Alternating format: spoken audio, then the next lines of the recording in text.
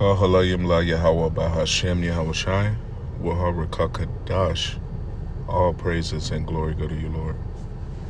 Double honors and respect to our apostles, elders, teachers, men of great millstone. To you, I say shalom.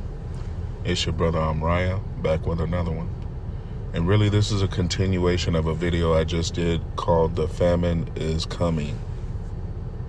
And the famine is coming. As you see, the prices of food soared through the roof. All indicators that the storehouses are going empty. There's going to be a trial upon the children of Israel like has never seen before. And really, I said that wrong. Like worse than you've seen before. We're at really the fork in the road, the divide in the sand, the line in the sand, so to speak, because people really have to determine what they're going to lean on in these last days. Are you going to lean on your own understanding to your own detriment? Are you going to lean on knowledge and wisdom, which truly comes from the fear of the Lord, Yahawah, and repentance through remission of sins? So let's just take a look at 2 Ezra chapter 6. And I want to read through it. This is not going to take long, Akim.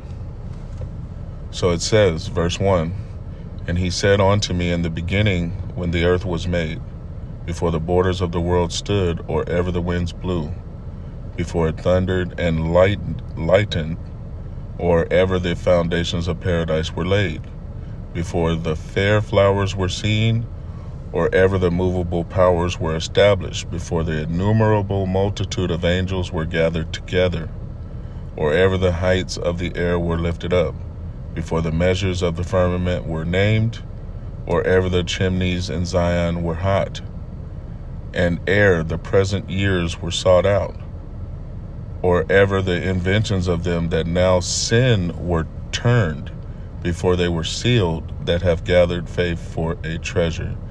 And what this is saying is, basically out of the darkness, in the beginning, before anything was made, the Lord Yahawah had already predestined, planned out, and mapped out our existence.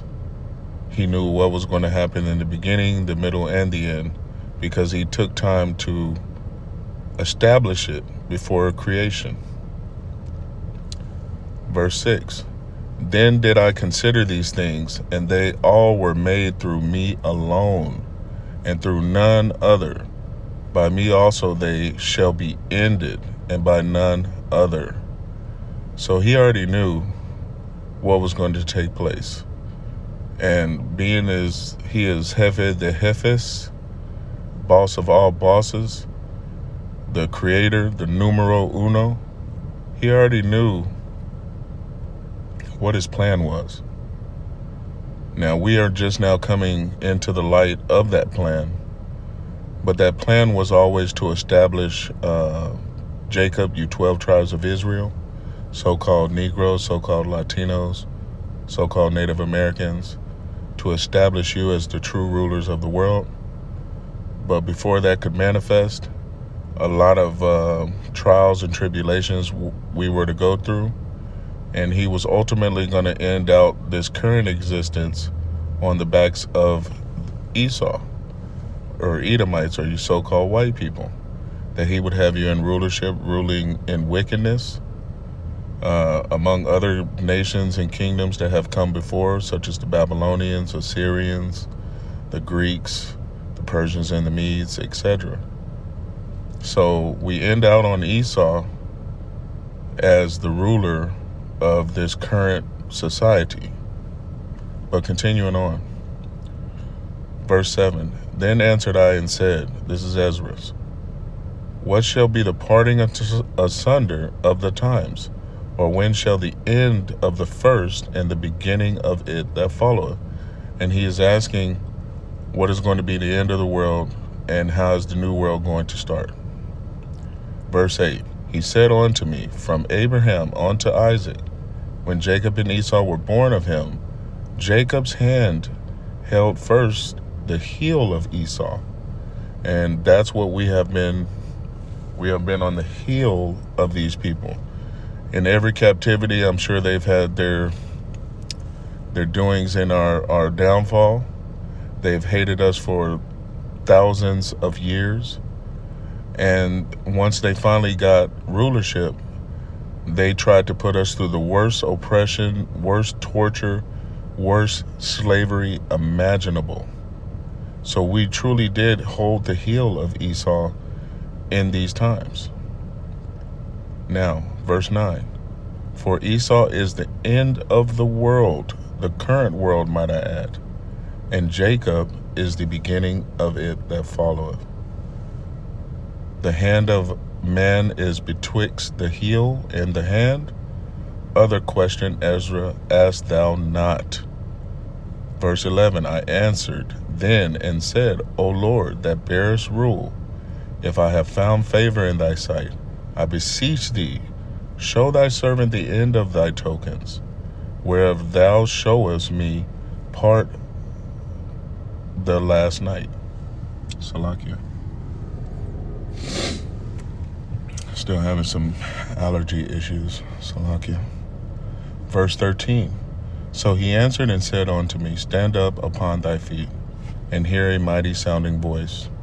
And it shall be as it were a great motion, but the place where thou standest shall not be moved.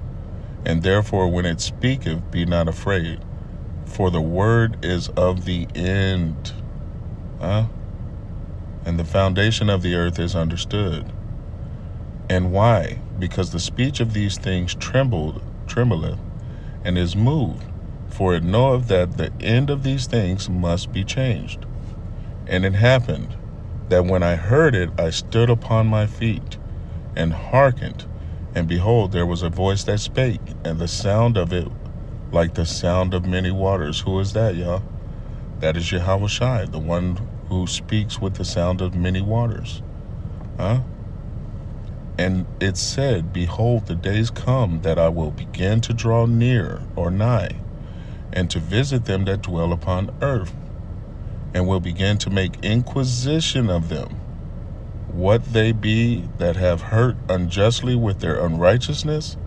And when the affliction of Zion shall be fulfilled, which we are currently coming to that fulfillment, verse 20, and when the world that shall begin to vanish away shall be finished, then will I show these tokens. The book shall be opened before the firmament, and they shall all see together. And that's called halal la Yahawah ba'ashem Yahushai. Barakatah Yahawah, Barakatah Yahushai, Barakatah Yahawah, Barakatah Yahushai, Barakatah Yahawah, ba'ashem Yahushai. The books have been opened, given to Yahushai, the understanding. Yahushai then gave that understanding unto his men, whom we recognize as the apostles, elders, and truly the men of Great Millstone on down, who have the 100% truth.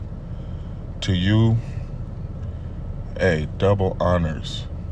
But continuing on, verse 21, and the children of the year old shall speak with their voices, the women with child shall bring forth untimely children of 3 or 4 months old, and they shall live and be raised up. And I've currently just seen that one of my coworkers has a child that was multiple months premature, and yet does live. Verse 22, and suddenly shall the sown places appear unsown, and the full storehouses shall suddenly be found empty.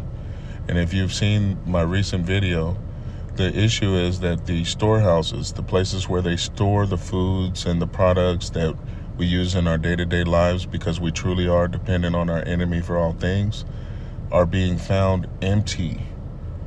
They don't have workers to get the work done, so to speak. But really all of this is man-made through the will of Yahawah, wa Yahawashi.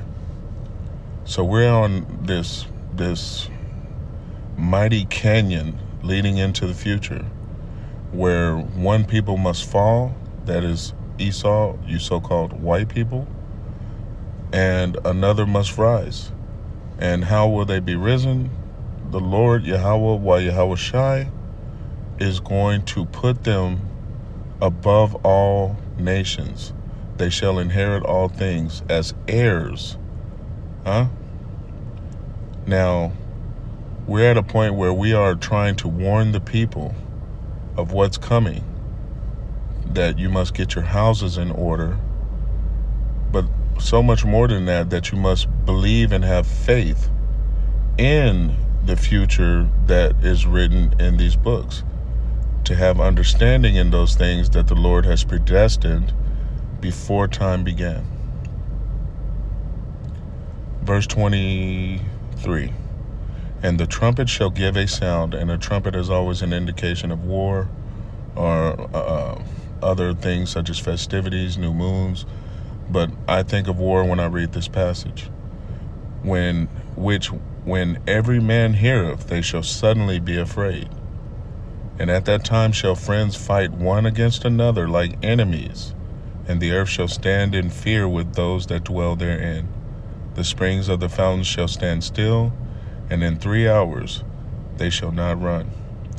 Whosoever remaineth from all these that I have told thee shall escape and see my salvation and the end of your world. You must endure until the end. This is one huge obstacle course. Some are going to make it, some are not. Those who have the faith, who have the testimony of Yahawah, even if you die, you will be risen with the Lord to meet him in the sky upon his return. But what I'd like to say to you, Akim, is truly from my heart: fear nothing but Yahawah. Fear is respect. And really, it is time to respect your Creator, because he has written out this immaculate movie and produced this immaculate movie that we were blessed to be a part of. And we are also going to be truly blessed when the new kingdom reigns in, because blessed means to own slaves, as the apostles have so eloquently taught. And we are about to own all of the heathens. Call halal la Yahawah by Hashem Yahushai. Until the next time, Shalom.